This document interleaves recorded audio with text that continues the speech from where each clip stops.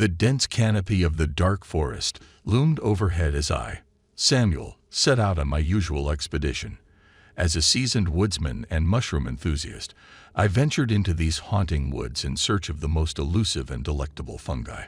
Little did I know that this particular journey would be unlike any I had experienced before. Armed with a wicker basket and a trusty mushroom knife, I delved deeper into the labyrinth of towering trees. The forest seemed to be alive with an eerie energy, as if it held secrets that yearned to be discovered. A cool breeze whispered through the foliage, sending a shiver down my spine. As I meandered through the undergrowth, my senses heightened. I couldn't shake the feeling of being watched, of unseen eyes boring into my very soul. Each crack of a twig or rustle of leaves made my heart skip a beat, and I found myself constantly glancing over my shoulder. The shadows danced and swirled, playing tricks on my mind. Shapes morphed into sinister figures, only to dissolve back into the natural contours of the forest. My imagination began to run wild, conjuring up images of malevolent spirits lurking behind every tree. I chastised myself for succumbing to irrational fears.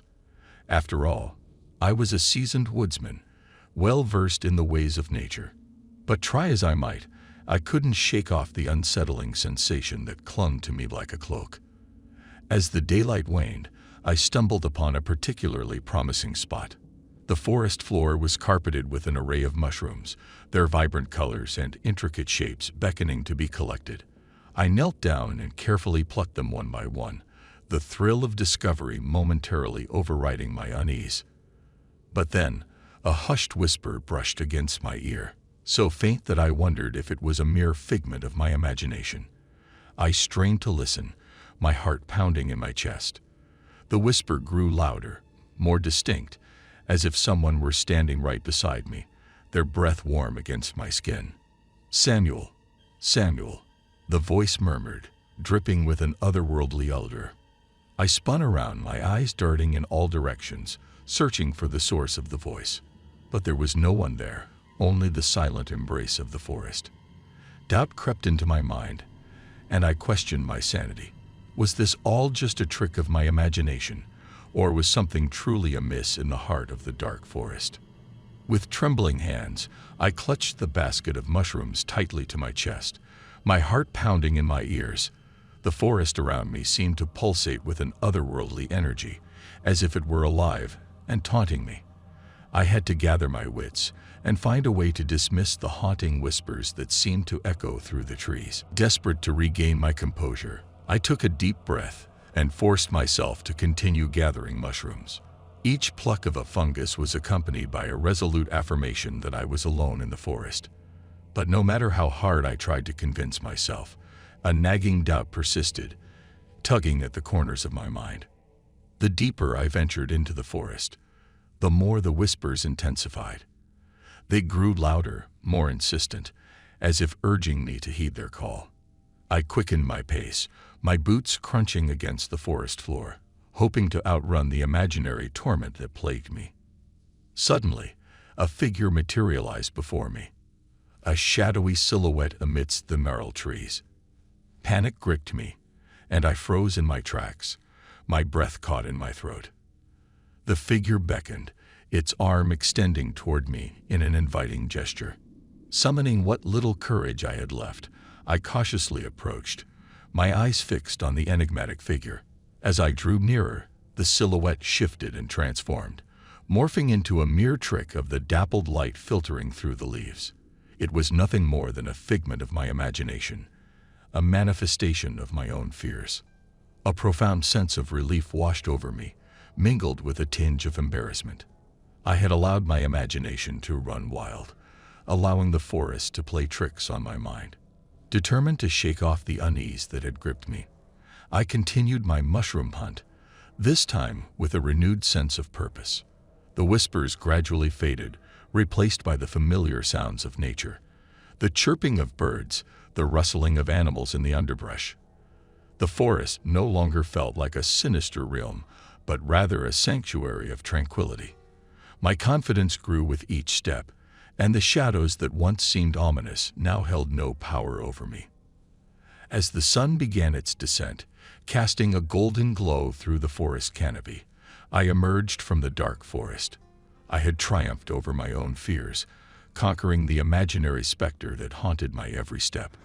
The basket in my hand overflowed with a bountiful harvest of mushrooms, a testament to my resilience. From that day forward, I became a respected storyteller in the nearby village. I regaled the townsfolk with tales of my encounters in the dark forest, highlighting the power of the human mind to conjure both fear and courage. The forest remained a place of mystery and wonder, but I had learned the valuable lesson of discerning reality from the tricks of the imagination. And so, the legend of Samuel, the woodsman who faced his own shadows, became a cautionary tale for those who dared to venture into the enigmatic embrace of the dark forest.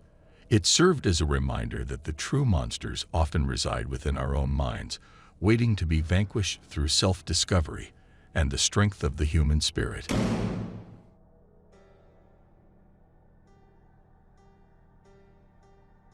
I remember that fateful day as if it were yesterday. It was a misty autumn afternoon when I, Larry, found myself standing at the edge of the dark forest. The name alone sent shivers down my spine, but curiosity got the better of me. With a racing heart, I took my first step into the eerie woods. The forest was cloaked in shadows, with ancient trees reaching out like skeletal fingers. Their branches creaked and whispered, as if sharing secrets I was not meant to hear. The air was thick with an unsettling stillness, broken only by the rustling of leaves under my feet. As I ventured deeper into the heart of the dark forest, a feeling of unease settled upon me. It was as if unseen eyes were watching my every move. I quickened my pace, hoping to find my way back home before darkness descended. But then, I heard it, a faint cry in the distance. My heart skipped a beat, and I followed the sound, fearing the worst.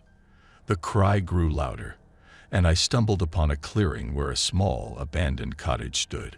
It was weather-worn and dilapidated, its windows broken and its door hanging off its hinges. Driven by an inexplicable force, I pushed open the creaking door and entered the cottage. The interior was in disarray, covered in a thick layer of dust. A musty smell permeated the air, making it difficult to breathe. My eyes were drawn to a faded photograph on a dusty table, depicting a young boy with a radiant smile. Who lived here? What happened to them? I wondered aloud, my voice echoing through the empty space. As if in response, a chilling gust of wind blew through the broken windows, extinguishing the flickering candle on the table. Darkness enveloped the room. A surge of panic washed over me, and I stumbled backward, desperately searching for the exit. But the door had vanished, leaving only a solid wall of rotting wood in its place. Fear consumed me as I realized that I was trapped in this forsaken cottage. In the suffocating darkness, I strained my ears to catch any sound that might guide me to safety. Then I heard it, the agonizing wail of a child, piercing through the silence. The cry echoed from all directions, disorienting me further. I followed the anguished sounds, praying for a way out. As I stumbled through the pitch-black room, my hand brushed against something cold and lifeless. A jolt of terror shot through me as my trembling fingers traced the contours of a small body. It was the lifeless form of the boy from the photograph, his once joyful face etched with an expression of eternal horror. A scream tore through my throat as I recoiled from the chilling touch of the lifeless boy. Panic seized me, and I frantically searched for an exit. But the walls seemed to shift and change, mocking my desperate attempts to escape. The cries of the child grew louder, filling the air with a haunting symphony of sorrow. With each step I took, the darkness deepened, swallowing any trace of light. Time became distorted, stretching into an eternity of fear and uncertainty. I called out for help, but my voice dissolved into the void, swallowed by the malevolent presence that lurked within the dark forest. Just when I thought all hope was lost, a faint glimmer flickered in the distance. It was a tiny spark of light, barely visible against the oppressive darkness. Driven by a desperate resolve, I followed its faint glow, stumbling over fallen branches and tangled roots. As I drew closer to the light, It revealed itself to be a small lantern hanging from the gnarled branches of a tree. The feeble flame cast a feeble glow, illuminating a path leading deeper into the forest. Intrigued and desperate for escape, I pushed forward, ignoring the voice in the back of my mind warning me of the dangers ahead. The path led me through a dense thicket, branches clawing at my clothes and thorns tearing at my skin. But I pressed on, propelled by an insatiable curiosity and the desperate need to survive. The forest seemed to conspire against me, whispering eerie tales and distorting my sense of reality. Finally, after what felt like an eternity, I stumbled upon a clearing bathed in pale moonlight. A hushed silence filled the air, and I found myself standing before a small gravestone. The inscription was faded, but I could make out the name. Thomas Anderson, beloved son. A surge of realization washed over me, and I fell to my knees, tears streaming down my face. Thomas was the boy whose lifeless body I had encountered in the cottage. The dark forest had claimed his innocent life, and now it sought to claim mine.